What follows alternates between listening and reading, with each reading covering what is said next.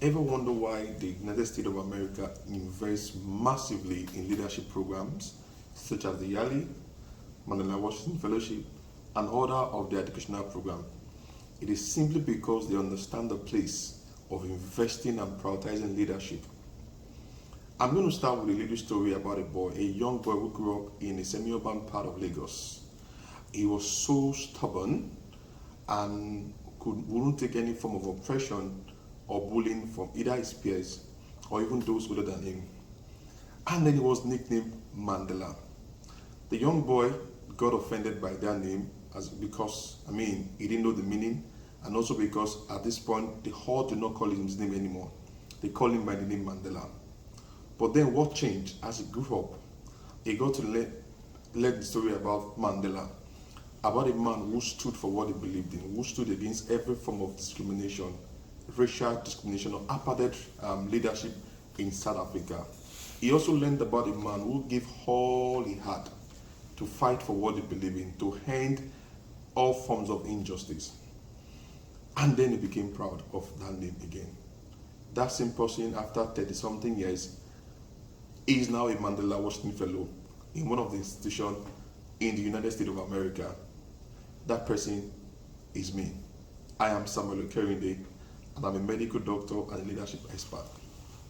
Talking about building the stronger foundation to having an inclusive future in Africa, what must we do?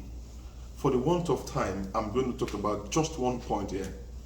Africa must invest heavily in raising competent and visionary leadership. Visionary leaders like Nelson Mandela. Leaders. Why is that important? I'm sure you want to ask. For the want of time, I'm going to give two reasons. Firstly, leaders are decision makers.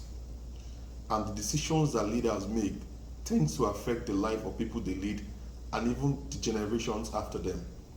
I'll state a very recent example of how the abortion law in the United States has just been reversed. Of course, we know that decision indeed will impact on the sexual rights of so many women. Another example that barely comes to mind is the case of Russian war and Ukraine, where it has adversely affected the price of things like gas and other community.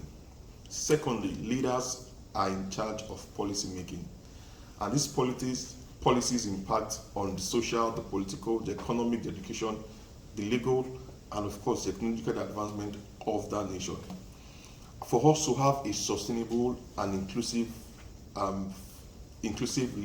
future in Africa, there is a need for us to have leaders and invest in leaders that will create policies that are inclusive, policies that would not discriminate against gender, against sexual orientation, against social status, policies that would promote inclusiveness and diversity.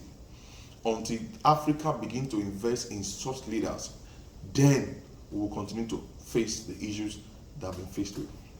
As I conclude, one of the American leadership experts named John C. Maxwell, in his book, The 21 Refutable Laws of Leadership, the first law was the law of the lead, where he said that no organization can grow beyond the capacity or the competence of the leader. And so if Africa must grow, if Africa must build a sustainable development and inclusive future, there is a need for us to massively invest in competent leadership and visionary leader, just as Yale, the United States of America, is doing, and bringing all leaders all over the world to expose them to what is obtainable all over the world. Thank you very much for the opportunity.